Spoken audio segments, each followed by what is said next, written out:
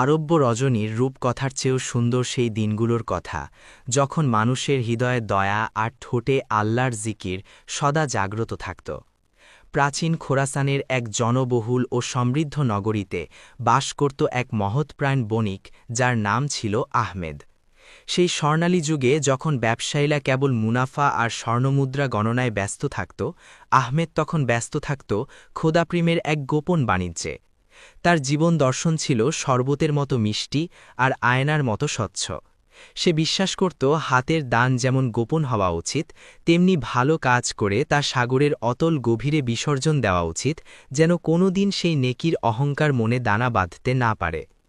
তার এই নিভৃত পরোপকারের কাহিনী আজও সেই দরিয়ার ঢেউয়ে ঢেউয়ে প্রতিধ্বনিত হয়।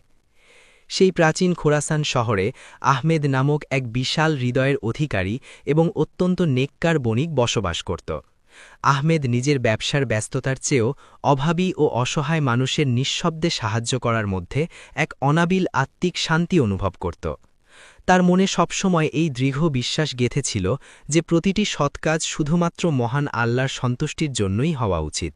সেখানে জাগতিক কোনো প্রদর্শন বা মানুষের সস্তা প্রশংসা বা নামযশ পাওয়ার বিন্দুমাত্র আকাঙ্ক্ষা থাকা উচিত নয়। আহমেদের একটি বিশেষ চারিত্রিক বৈশিষ্ট্য ছিল, যা তাকে সমকালীন অন্য সমস্ত বিত্তবানদের থেকে সম্পূর্ণ আলাদা করে রাখত। সে প্রতিদিন রাতের নিঝুম অন্ধকারে নিজের গায়ে একটি চাদর জড়িয়ে অতি গোপনে পথে বের হতো এবং লোকচক্ষুর অন্তরালে অভাবগ্রস্তদের দরজার সামনে খাদ্যসামগ্রী ও নগদ অর্থ রেখে আসত। সে কখনোই চাইত না যে দান গ্রহণকারী ব্যক্তিটি তার সামনে এসে কোনো প্রকার সংকোচ বা লজ্জা অনুভব করুক। তার অন্তরে সবসময় একটি বাক্যই প্রতিধ্বনিত হতো, নেকি কর আর দাঁড়িয়ামে ডাল, অর্থাৎ পুণ্য করো এবং তা চিরতরে বিস্মৃতির অতলে হারিয়ে ফেল। একদিন আহমেদ বুখারা নগরের এক ব্যস্ত ও কোলাহলপূর্ণ বাজারের মধ্য দিয়ে হেঁটে যাচ্ছিল। সেই সময় সে দেখতে পেল যে এক জরাজীর্ণ বৃদ্ধ লোক নদীর তীরের এক কোণে বসে একা একা ডুকরে কাঁদছে। সেই বৃদ্ধের পরিধেয় বস্ত্র ছিল ছিন্ন ভিন্ন এবং তার মুখমণ্ডলে ফুটে উঠেছিল এক গভীর বিষাদ ও চরম হতাশার কালো মেঘ। আহমেদ নিজের গন্তব্যের পথ পরিবর্তন না করে বরং অতি সন্তর্পণে সেই বৃদ্ধের পাশে গিয়ে দাঁড়াল। সে লক্ষ্য করল যে সেই বৃদ্ধ লোকটি নিজের দুর্ভাগ্য ও করুণ নিয়তির কথা মনে করে বিলাপ করছে, কারণ তার কাছে নিজের পরিবার চালানোর মতো সামান্যতম কোনো অর্থও ছিল না।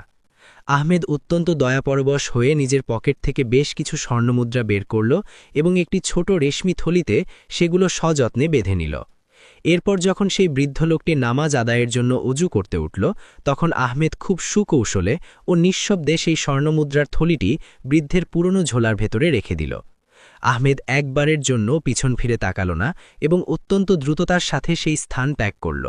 তার মনে এই ভয় কাজ করছিল যে পাছে সেই বৃদ্ধ তাকে দেখে ফেলে এবং কৃতজ্ঞতা বা ধন্যবাদ জ্ঞাপন করে তার গোপন দানকে প্রকাশ করে দেয়। বাড়ি ফেরার পথে আহমেদের প্রশান্ত মুখমণ্ডলে এক স্বর্গীয় তৃপ্তির আভা খেলা করছিল। সে বিড়বিড় করে নিজেকে বলল যে আজকের এই ক্ষুদ্র কাজটিও শুধুমাত্র আমার রবের সন্তুষ্টির জন্য উৎসর্গীকৃত, এবং এর কোনো প্রতিদান আমি এই পৃথিবীর কোনো নশ্বর মানুষের কাছে আশা করি না। সে মনে প্রাণে জানত যে প্রকৃত নেকি বা পুণ্য তাই, যা এক হাত দান করলে অন্য হাতও তার বিন্দুমাত্র টের পায় না। আহমেদের কাছে এটি কেবল একটি সাধারণ কাজ ছিল না, বরং এটিই ছিল তার জীবনের পরম সার্থকতা ও একমাত্র লক্ষ্য। কিন্তু মানুষের সময় সবসময় একই গতিতে প্রবাহিত হয় না, এবং চরম পরীক্ষা প্রতিটি মানুষের জীবনের দরজায় কড়া নাড়ে। বুখারা নগরে হঠাৎ এক মারাত্মক শৈত্যপ্রবাহের আবির্ভাব হল এবং ব্যবসা বাণিজ্যে এক ভয়াবহ মন্দা নেমে এলো। আহমেদের বড় বড় বাণিজ্য তরীগুলো, যা সুদূর সমুদ্রপথ পাড়ি দিয়ে মূল্যবান মালামাল নিয়ে আসছিল, সেগুলো মাঝপথে এক প্রলয়ঙ্করী সামুদ্রিক ঝড়ের কবলে পড়ল। সে অত্যন্ত দুঃসংবাদ পেল যে তার জাহাজের সমস্ত দামি মালপত্র উত্তাল দরিয়ার ঢেউয়ের অতলে চিরতরে হারিয়ে গিয়েছে। এই সংবাদ শোনার সাথে সাথেই আহমেদের সাজানো দুনিয়া যেন তাসের ঘরের মতো ওলটপালট হয়ে গেল, কারণ সে তার সারা জীবনের অর্জিত সমস্ত পুঁজি ওই ব্যবসাতেই বিনিয়োগ করেছিল। যেসব মানুষ গতকাল পর্যন্ত তার প্রাসাদের দরজায় দোয়া পাওয়ার আশার এবং সাহায্যের জন্য ভিড় করত, আজ তারা তার বিপদের দিনে ধীরে ধীরে কিনারা করতে লাগল। আহমেদ তার সর্বস্ব হারিয়ে পথের ফকির হয়ে গেল, কিন্তু তবুও তার অন্তরে একটি প্রদীপ তখনও জ্বলজ্বল করছিল। তা হল আল্লাহর সত্তার উপর তার অটুট ও অগাধ বিশ্বাস। দিন যেতে লাগল এবং আহমেদের আর্থিক অবস্থা দিন দিন আরও শোচনীয় হতে লাগল। পরিস্থিতি এমন এক পর্যায়ে পৌঁছল যে তার নিজের ঘরেই দুবেলা খাবারের অভাব দেখা দিল। সেই দয়ালু বণিক যে গতকাল পর্যন্ত হাজার হাজার ভুকা মানুষকে আহার করাতো, আজ সে নিজেই এক টুকরো রুটির জন্য অন্যের মুখাপেক্ষী হতে শুরু করল। সে শেষ পর্যন্ত সিদ্ধান্ত নিল যে সে এই পরিচিত শহর ছেড়ে দূরে কোথাও হিজরত করে চলে যাবে, যেন তার কোনো শুভাকাঙ্ক্ষী তাকে এই দৈন্য দশার মধ্যে দেখতে না পায়।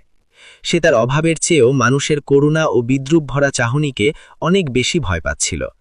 এক বিষণ্ণ সন্ধ্যায় আহমেদ সেই একই নদীর তীরে গিয়ে উপস্থিত হল, যেখানে বহু বছর আগে সে সেই বৃদ্ধ লোকটিকে গোপনে সাহায্য করেছিল। নদীর ঢেউগুলো তখন খুব গর্জন করে বইছিল এবং চারপাশের বাতাসে এক রহস্যময় নিস্তব্ধতা বিরাজ করছিল। আহমেদ তার পুরনো স্মৃতির পাতাগুলো উল্টাতে লাগল এবং আনমনে ভাবল যে আসলেই কি ভালো কাজের কোনো সুফল মানুষ এই পৃথিবীতে ফিরে পায়। সে ব্যাকুল হৃদয়ে আল্লাহর কাছে মোনাজাত করল, হে আমার মালিক, আমি জীবনে যা কিছু করেছি শুধুমাত্র তোমার সন্তুষ্টির জন্যই করেছি। আজ আমি নিঃস্ব, এখন তুমিই আমার একমাত্র আশ্রয় ও সহায় হও। হঠাৎ আহমেদ অন্ধকারের মাঝে একটি জীর্ণ কুঁড়েঘর থেকে ক্ষীণ আলোর আভা দেখতে পেল এবং সেখান থেকে একটি মানুষের কণ্ঠস্বর ভেসে এলো। সে দেখল যে এক ব্যক্তি সেখানে বসে নদীর ঢেউ থেকে কোনো কিছু টেনে বের করার আপ্রাণ চেষ্টা করছে। আহমেদ কৌতূহলী হয়ে কাছে গিয়ে যা দেখল তাতে সে বিস্ময়ে বাকরুদ্ধ হয়ে গেল। এ তো সেই একই বৃদ্ধ ব্যক্তি যাকে আহমেদ বহু আগে গোপনে স্বর্ণমুদ্রা দান করেছিল, কিন্তু আজ সেই লোকটিকে বেশ উৎফুল্ল ও হাস্যোজ্জ্বল দেখাচ্ছিল। বৃদ্ধ লোকটি আহমেদকে চিনতে পারল না, তবে তাকে দেখা মাত্রই খুব আন্তরিকভাবে হাসল এবং নিজের কাছে সাদরে আমন্ত্রণ জানাল।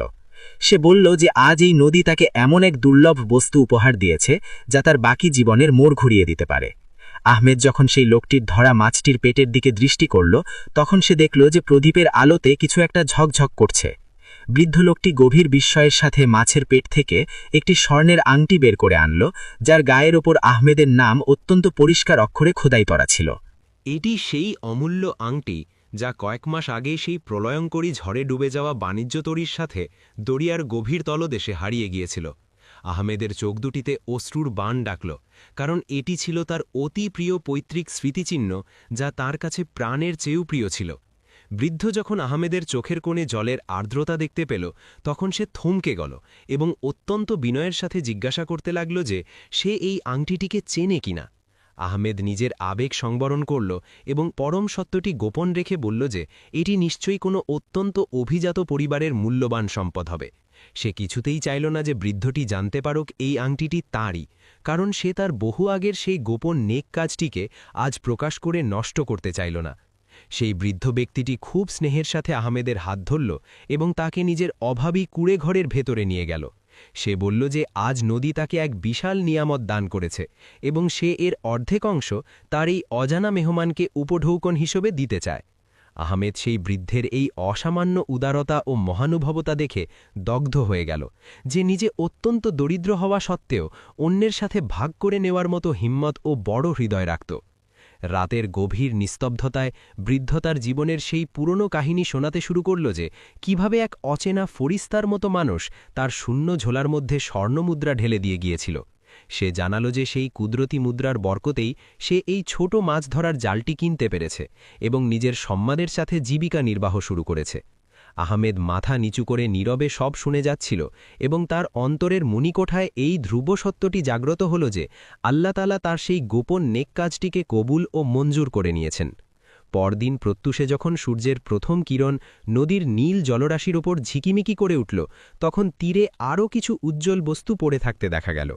আহমেদ এবং সেই বৃদ্ধ কাছে গিয়ে অবলোকন করল যে সেখানে বিশাল কিছু কাঠের সিন্দুক পড়ে আছে, যা ছিল আহমেদের সেই ডুবে যাওয়া জাহাজের মালামালের অবশিষ্টাংশ। এটি চাক্ষুষ দেখে আহমেদের মনে পূর্ণ বিশ্বাস জন্মাল যে আল্লাহ তাআলা কারও সৎকাজকে কখনো বিফলে যেতে দেন না। নদীর শক্তিশালী ঢেউ সেই সিন্দুকগুলোকে সযত্নে তীরের বালুচরে পৌঁছে দিয়েছিল, যেগুলোর ভেতরে দামি রেশমি কাপড় ও মহামূল্যবান অলঙ্কার ঠাসা ছিল। বৃদ্ধ লোকটি এই পাহাড় সম সম্পদ দেখে অন্তরে আতঙ্কিত হয়ে পড়ল এবং বিচলিত হয়ে বলতে লাগল যে এই বিপুল ঐশ্বর্য আমাদের নয়, আমাদের নৈতিক দায়িত্ব হল এর প্রকৃত মালিকের কাছে এটি দ্রুত পৌঁছে দেওয়া।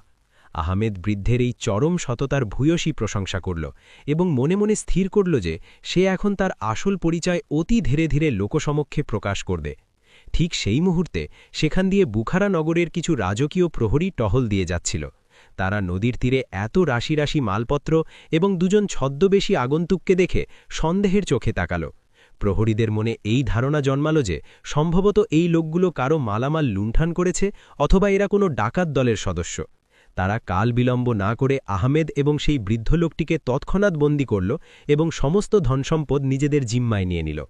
আহমেদ তাদের অনেক বোঝানোর চেষ্টা করল যে সে এই নগরের প্রখ্যাত ও দানশীল বণিক আহমেদ, কিন্তু তার এমন ছেঁড়া ফাটা পোশাক ও মলিন বেশভূষা দেখে কোনো প্রহরীই তার কথা বিশ্বাস করতে চাইল না। প্রহরীরা তাকে বিদ্রূপ করে ধাক্কা দিল এবং উচ্চস্বরে বলল যে এক নগণ্য ভিখারি কিভাবে এত বড় বণিক হওয়ার দুঃসাহস দেখায়। বৃদ্ধ লোকটি ভয়ে কাঁপতে শুরু করল, কারণ সে তার দীর্ঘ জীবনে কখনো আদালতের আঙিনা দেখেনি। তাদের শিকলে বেঁধে বুখারার প্রধান বাজারের মধ্যে দিয়ে অসম্মানজনকভাবে নিয়ে যাওয়া হল।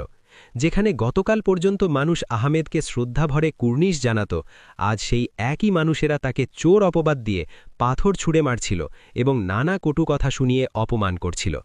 আহমেদ পাহাড়ের মতো ধৈর্য ধরে সব কিছু সহ্য করল এবং মনে মনে ভাব